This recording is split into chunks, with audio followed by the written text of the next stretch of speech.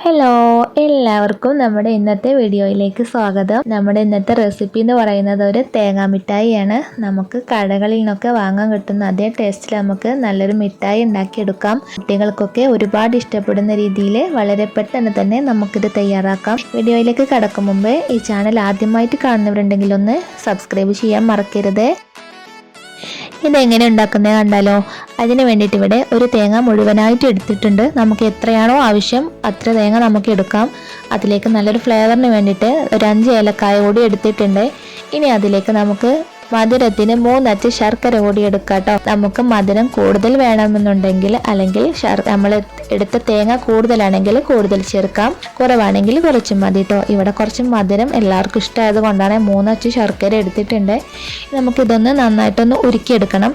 നമുക്ക് ഒരു പാത്രം അടുപ്പിൽ വെച്ചിട്ട് അതിലേക്ക് ഒരു 1/2 ഗ്ലാസ് വെള്ളം മാത്രം ചേർത്ത് ഇതൊന്ന് ഉരുക്കിയെടുക്കാം. വളരെ കുറച്ച് വെള്ളത്തിൽ ശർക്കര ഉരുക്കിയെടുക്കുന്നതാണ് നല്ലത്. നമ്മൾ മുട്ടായി ഉണ്ടാക്കിയെടുക്കുമ്പോൾ വെള്ളം പെട്ടെന്ന് വറ്റി കിട്ടണമെങ്കിൽ കുറച്ച് വെള്ളം ചേർത്താൽ മതി.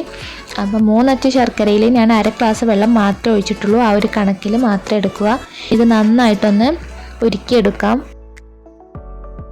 ഇതിവിടെ നന്നായി തിളച്ചിട്ടൊന്ന് ഉരുകി വരട്ടെ. അപ്പോഴേക്കും നമുക്ക് ഇതിലേക്കുള്ള തേങ്ങയൊന്ന് സെറ്റാക്കി എടുക്കാം. മിക്സിയുടെ ജാറിലേക്ക് ഏലക്കായും തേങ്ങയും കൂടി ഇട്ട് കൊടുത്തിട്ട് ഒന്ന് അടിച്ചെടുക്കണം. വെള്ളം ഒന്നും ചേർക്കേണ്ടതില്ല. ചെറുതായിട്ടൊന്ന് വലിയ കഷ്ണങ്ങളൊക്കെ ഒന്നുണ്ടെങ്കിൽ ഒന്ന് ചതഞ്ഞ് കിട്ടാൻ വേണ്ടി മാത്രം ഒന്ന് ക്രഷ് ചെയ്തെടുത്താൽ മാത്രം മതി. ഇതുപോലെ ഇത്രയും മതിയാകും.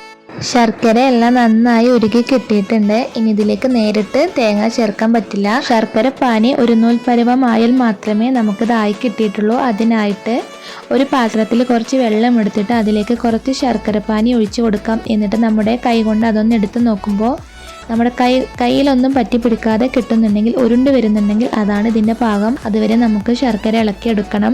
അതിനുശേഷം അതിലേക്ക് ചതച്ച് വെച്ചിട്ടുള്ള തേങ്ങയെല്ലാം ഇട്ട് കൊടുക്കാം. എന്നിട്ട് നന്നായി ഒന്ന് മിക്സ് ചെയ്തെടുക്കാം.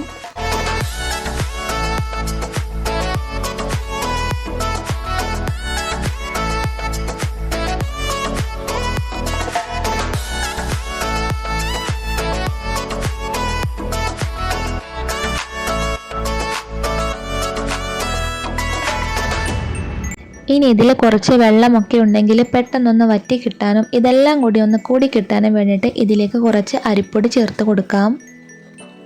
ഞാനിതിലേക്ക് 1 ടീസ്പൂൺ അരിപ്പൊടി ചേർത്ത് കൊടുത്തിട്ടുണ്ട്. ഇനി നന്നായിട്ട് കൈവിടാതെ ഒന്ന് ഇളക്കിയെടുക്കാം. ശർക്കര ആയതുകൊണ്ട് ചിലപ്പോൾ പെട്ടെന്ന് തന്നെ അടിയിലൊക്കെ പിടിക്കും. അപ്പോൾ അതുകൊണ്ടാണ് കൈവിടാതെ ഇളക്കിക്കൊണ്ടിരിക്കാൻ പറയുന്നത്. നമുക്ക് നന്നായിട്ടൊന്ന് ഒരു 10 മിനിറ്റിലേറെ ഒന്ന് ഇളക്കിയെടുക്കണം. ഞാനിവിടെ 1 ടീസ്പൂൺ കൂടി അരിപ്പൊടി ചേർത്ത് കൊടുക്കുന്നുണ്ട്. ശർക്കര പാനിയിൽ കുറച്ച് വെള്ളം കൂടുതലായിട്ട് കാണുന്നത് കൊണ്ടാണ്. അങ്ങനെ ഉണ്ടെങ്കിൽ മാത്രം ചേർത്താൽ മതി. ഒരു 10 മിനിറ്റും കൂടി നമുക്കിത് നന്നായിട്ടൊന്ന് ഇളക്കിയെടുക്കാം.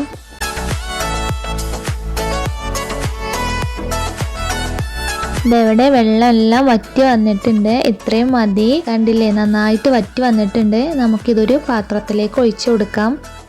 ഇത് സെറ്റ് ചെയ്യാൻ വെക്കുന്ന പാത്രത്തിൽ കുറച്ച് നെയ്യോ അല്ലെങ്കിൽ ഏതെങ്കിലും ഒരു റിഫൈൻഡ് ഓയിലോ കുറച്ച് ഒഴിച്ചു കൊടുക്കാം. എന്നിട്ട് അത് എല്ലാ ഭാഗത്തൂടെ ഒന്ന് ആക്കിയെടുക്കാം. ഇതിലേക്ക് നമുക്ക് നമ്മുടെ മിഠായിക്കൂട്ട് ഇട്ട് കൊടുക്കാം.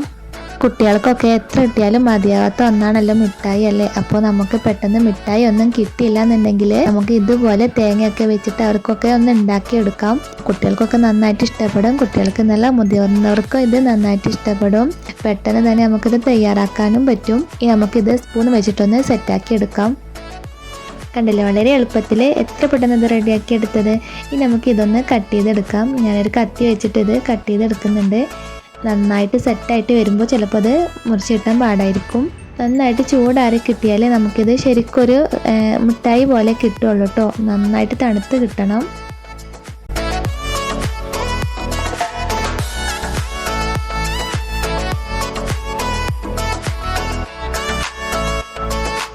നമ്മുടെ മിഠായി ഇവിടെ റെഡി ആയിട്ടുണ്ട്. ഞാനിവിടെ ഒന്ന് എടുത്ത് നോക്കുന്നത് എന്താണെന്നറിയോ? മക്കൾ സമ്മതിക്കുന്നില്ല. അവർക്ക് മക്കളുണ്ടാകുമ്പോൾ തണുക്കാനൊന്നും സമയം ഉണ്ടാവില്ല അവർക്ക്. അപ്പോൾ അതൊന്ന് ടേസ്റ്റ് നോക്കാൻ വേണ്ടി എടുക്കുന്നതാണ് കേട്ടോ. നന്നായിട്ട് തണുപ്പിച്ച് ചൂടൊക്കെ ആറി കഴിയുമ്പോൾ ഇതിനേക്കാൾ ഒന്നുകൂടി സെറ്റായിട്ട് കിട്ടുന്നതാണ്. ഇത് സെറ്റായി കിട്ടുന്നു തോന്നുന്നില്ല, മക്കളെല്ലാവരും കഴിച്ചു തുടങ്ങി. ഇത് നമുക്ക് ഇങ്ങനെ കഴിക്കാനും നല്ല ടേസ്റ്റാണ് കേട്ടോ. നമുക്കിത് തണുപ്പിച്ച് കഴിക്കണം എന്നൊന്നുമില്ല, സ്പൂൺ വെച്ച് ഇങ്ങനെ കഴിക്കാനും അടിപൊളി ടേസ്റ്റാണ്. അപ്പോൾ ഒരു തവണയെങ്കിലും ഇതുപോലെ മക്കൾക്കൊക്കെ ഒന്ന് ഉണ്ടാക്കി കൊടുക്കണം. സ്കൂളൊക്കെ വിട്ട് വരുമ്പോൾ മക്കൾക്ക് ഇതുപോലെയൊക്കെ കിട്ടുന്നത് അവർക്ക് ഭയങ്കര സന്തോഷമുള്ള കാര്യമായിരിക്കും. ഈ വീഡിയോ നിങ്ങൾക്ക് ഇഷ്ടപ്പെട്ടാൽ സബ്സ്ക്രൈബ് ചെയ്യാൻ മറക്കരുത്. അപ്പോൾ വീണ്ടും മറ്റൊരു സിമ്പിൾ റെസിപ്പിയുമായി വരുന്നത് വരെ എല്ലാവർക്കും ബൈ.